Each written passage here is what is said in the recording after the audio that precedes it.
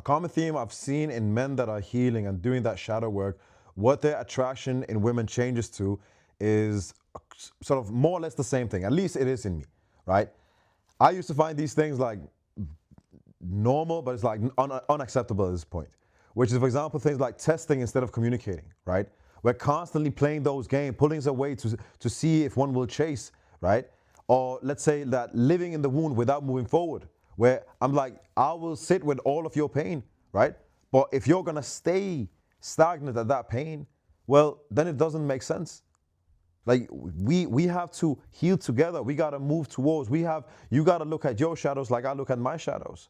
And I think one more thing that is really important, which is, chaos that is disguised as passion and intensity. Like beforehand, I used to find that really attractive. Right? I was like, oh my God. Like watching all them Bollywood movies, I was like, I was like, ah. But now it's like, you know what? It's okay. If it's constantly these roller coasters, right? And look, I'm not saying to the point like as a man you have a responsibility to hold space for her.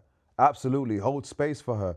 But the problem is there's a difference between holding space for her chaos and her constantly choosing to stay in that state and not decide to continue working on within that chaos too.